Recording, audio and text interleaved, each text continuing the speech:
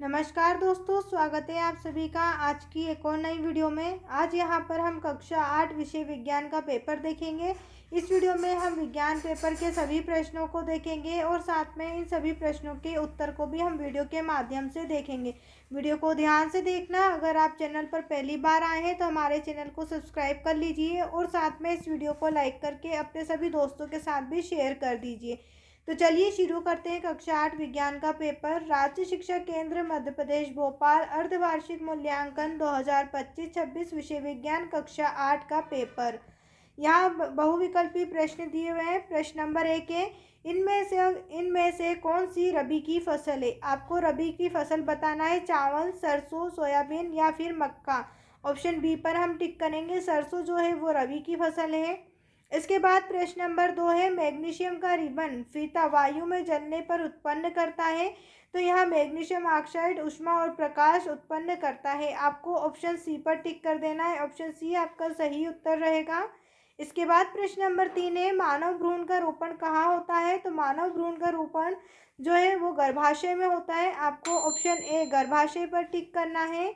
इसके बाद प्रश्न नंबर 4 है, वह जनन जिसमें केवल एक ही जीव भाग लेता है। वहाँ जनन जिसमें केवल एक ही जीव भाग लेता है उसे अलैंगिक जनन कहते हैं। यहाँ पर हम ऑप्शन ए पर टिक करेंगे। इसके बाद प्रश्न नंबर 5 है, निम्न में से संपर्क बल है। तो यहाँ पर आपको पेशी बल लिख देना है। ऑप्शन सी आपका सही उत्तर रहेगा। अब इसके बाद यहाँ पर आप देखिए, आपसे रिक्त स्थान पूछे गए हैं। प्रश्न नंबर 6 में आपसे पूछा है, ईंधन के पूर्ण दहन से विषैली गैस निकलती है। तो यहाँ पर आपको लिखना है CO गैस निकलती है। प्रश्न नंबर 7 है, प्रवासी पक्षी सुदूर क्षेत्रों में परिवर्तन के कारण पलायन करते हैं। यहाँ पर आपको लिखना है जलवायु परिवर्तन। क्या लिखोगे आप? जलवायु परिवर्तन के कारण। प्रश्न नंबर 8 है, मेंढक में टेंटपोल से वयस्क में रूपांतरण कहलाता है। तो यहाँ पर आपको लिखना है काया पलट। क्या कहलाता है?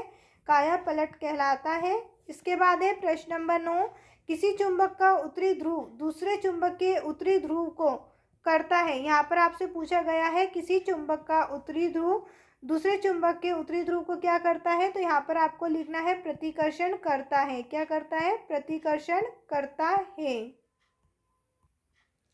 इसके बाद प्रश्न नंबर 10 है, सामान से लदी ट्राली को चलाने के लिए हमें उस पर पड़ता है। तो यहाँ पर आप लगाइए, लिखना होगा आपको बल लगाना पड़ता है। क्या करना पड़ता है? बल लगाना पड़ता है। इसके बाद अगला प्रश्न यहाँ पर आपसे पूछा है, अति लघु उत्तरीय प्रश्न 2 नंबर वाले प्रश्न है, रबी की फसल किस ऋतु में उगाई जाती है। कोई 2 रबी की फसलों के नाम लिखिए। उत्तर हम लिखेंगे, रबी की फसलें शीत ऋतु में बोई जाती है। इन फसलों की बुवाई अक्टूबर दिसंबर में और कटाई मार्च अप्रैल में की जाती। गेहूं, जौ, चना और सरसों रबी की प्रमुख फसलें हैं। इसके बाद है प्रश्न नंबर 12, सीमा की मां ने सुनार से अपनी चांदी की चूड़ी पर सोने की परत चढ़ाने को कहा।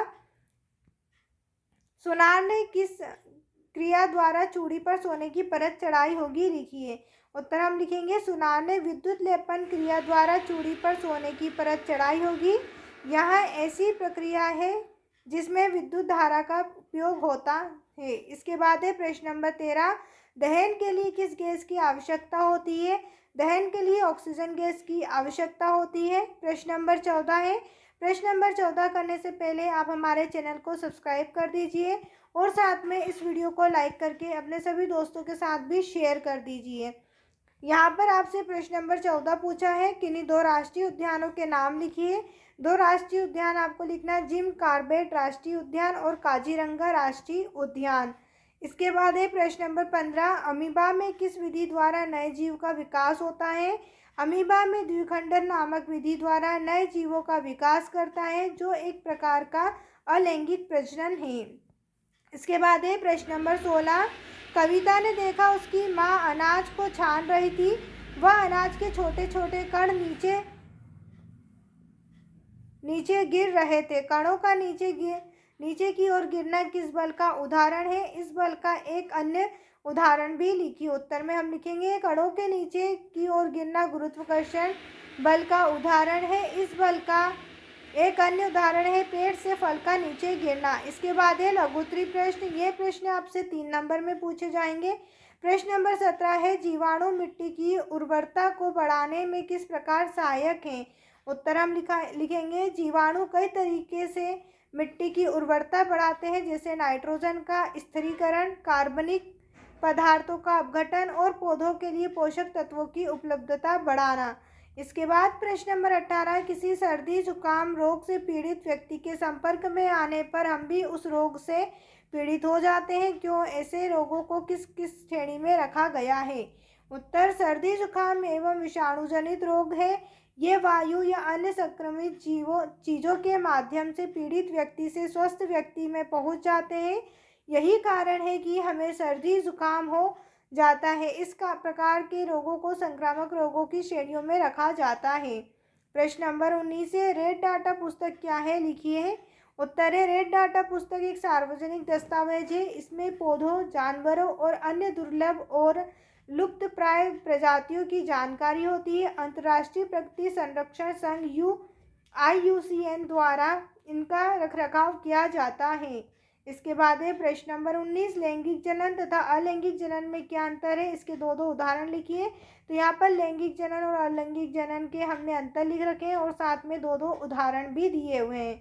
इसके बाद प्रश्न नंबर 21 है, कायांतरण किसे कहते हैं? कायांतरण एक जैविक प्रक्रिया है जिसमें किसी जीव के अंडे से निकलने के बाद उसके शारीरिक रूप, संरचना और कार्यों में बड़े बदलाव आते हैं। इल्ली से तितली बनना और टेडपोल से मेंढक बनना इसके सामान्य उदाहरण हैं। इसके बाद है प्रश्न नंबर 22, एक औजार बनाते समय कोई लोहार लोहे के गर्म टुकड़े को हथौड़े से पीटता है। पीटने के बाद लगने वाला बल लोहे के टुकड़े के किस प्रकार प्रभावित करता है? उत्तर हम लिखेंगे, हथौड़े से पीटने के कारण लगने वाला बल लोहे के गर्म टुकड़े के आकार को बदल देता है, जिससे लोहा उसे वांछित आकार में ढाल पाता है। गर्म होने पर लोहा अधिक लचीला हो जाता है और इस बल के कारण वह फैलता और विकृत होता है। इसके आगे है दीर्घोत्तरीय प्रश्न। यहाँ प्रश्न 5 नंबर का है। प्रश्न नंबर 23 है, मिट्टी की उर्वरता बढ़ाने के लिए कौन कौन से तरीके उपयोग में लाते हैं? विस्तार पूर्वक वर्णन कीजिए। उत्तर हम लिखेंगे, मिट्टी की उर्वरता बढ़ाने के लिए जैविक खाद, हरी खाद, फसल चक्र जैसे जैविक और टिकाऊ तरीके अपनाए जाते हैं।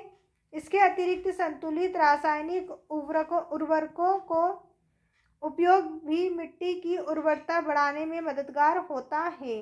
प्रश्न नंबर 24 है, पेट्रोलियम के विभिन्न घटकों के नाम तथा उनके उपयोग लिखिए।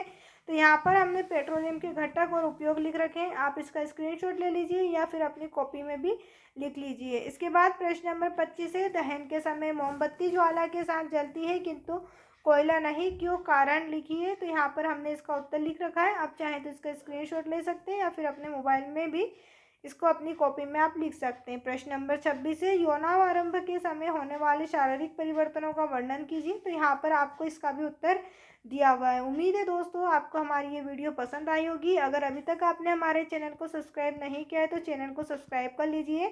आप वीडियो तो देखते हैं, क्वेश्चन आंसर भी देखते हैं, पर हमारे चैनल को सब्सक्राइब नहीं करते हैं, तो चैनल को सब्सक्राइब कर दीजिए और वीडियो को लाइक करके अपने सभी दोस्तों के साथ भी शेयर कर दीजिए। वीडियो देखने के लिए आप सभी का धन्यवाद।